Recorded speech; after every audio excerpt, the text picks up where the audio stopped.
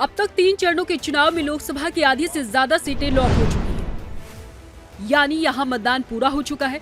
बाकी के 4 चरणों में 13 मई को होने वाली वोटिंग सबसे बड़ी होने वाली है। 10 राज्य 96 सीटें, 13 मई को वोटिंग। चुनावी समर के बीच चौथे चरण के लिए राजनीतिक दलों का धुआंधार प्रचार का शोर थम चुका है और अब 13 मई को 4th फेज के लिए वोटिंग होगी। लोकसभा के चौथे फेज में उत्तर प्रदेश, बिहार, मध्य प्रदेश समेत 10 राज्यों की 96 सीटों पर 13 मई को वोट डाले जाएंगे और 1717 प्रत्याशियों की किस्मत जनता ईवीएम में कैद करेगी। कहां कितनी सीटों पर वोटिंग होगी इसको भी देख लेते हैं। आंध्र प्रदेश की बात करें तो यहां 25 सीट पर 13 मई को वोटिंग होगी। उत्तर प्रदेश की 13 सीट पर वोट डाले जाएंगे। तेलंगाना में 17 सीटों पर मतदान होगा। महाराष्ट्र की इसमें 11 सीट शामिल है। मध्य प्रदेश की 8, पश्चिम बंगाल की 8, बिहार की 5, झारखंड की 4, ओडिशा 4, जम्मू कश्मीर की 1 सीट पर 13 मई को मतदान होगा। चौथे चरण में कई दिग्गजों की सियासी किस्मत दांव पर लगी है। इनमें 5 केंद्रीय मंत्री भी शामिल हैं। पश्चिम बंगाल की 2 लोकसभा सीटों से 2 क्रिकेटर, दुर्गापुर से कीर्ति आजाद और बहरामपुर से यूसुफ पठान चुनावी मैदान में हैं। उत्तर प्रदेश के पूर्व मुख्यमंत्री अखिलेश यादव कन्नौज से 12 साल बाद चुनाव लड़ रहे हैं। उनके सामने मौजूदा सांसद सुब्रत पाठक हैं।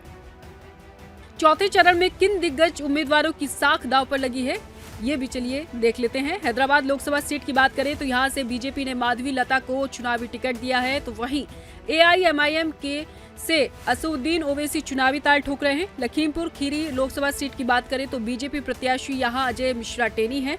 एसपी की बात करें तो उत्कर्ष वर्मा चुनावी ताल ठोक रहे हैं और बीएसपी से अंशय कालरा चुनावी मैदान में है।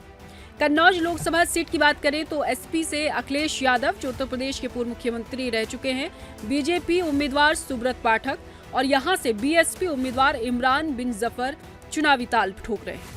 बेगूसराय लोकसभा सीट से बीजेपी प्रत्याशी गिरिराज सिंह की साख दांव पर है। बीएसपी के चंदन कुमार दास और सीपीआई के अवधेश कुमार राय यहां से चुनाव लड़ रहे हैं। चौथे चरण की वोटिंग के बाद 18 राज्य और 4 केंद्र शासित प्रदेशों में लोकसभा के लिए वोटिंग पूरी हो जाएगी। हालांकि 3 चरणों के चुनाव में विपक्षी पार्टियों ने वोटिंग प्रतिशत के आंकड़े देर से जारी करने को लेकर विरोध जताया। 3 चरणों में अब तक जो वोटिंग हुई है उसके आंकड़े इस तरह हैं। पहले फेज में वोटिंग परसेंटेज 60% रहा। हालांकि इसके बाद जो संशोधित आंकड़ा जारी किया गया उसमें 66.14% की बढ़ोतरी हुई। दूसरे फेज में 60.96% मतदान के आंकड़े दिए गए। हालांकि इसमें संशोधित आंकड़ा रहा 66.71%। तीसरे चरण की वोटिंग की बात करें तो 65.68% मतदान यहां पर चुनाव आयोग की तरफ से बताया गया है और ये फाइनल आंकड़ा है।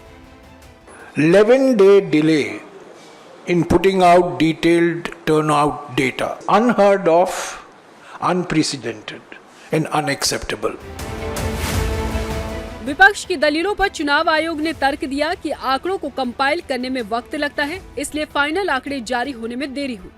लेकिन दिलचस्प ये है कि चुनाव आयोग ने तीसरे चरण की वोटिंग प्रतिशत में कोई बदलाव नहीं किया। तो सवाल ये भी है कि पहले 2 चरणों के वोटिंग परसेंटेज कंपाइल करने में ऐसी मुश्किल पेश आई कि चुनाव आयोग ने अंतिम आंकड़ा जारी करने में हफ्ते भर से ज्यादा का वक्त लिया। अगर कोई मुश्किल थी तो उम्मीद की जा सकती है कि चौथे चरण का फाइनल वोट परसेंटेज चुनाव आयोग की तरफ से एक ही बार में जारी होगा।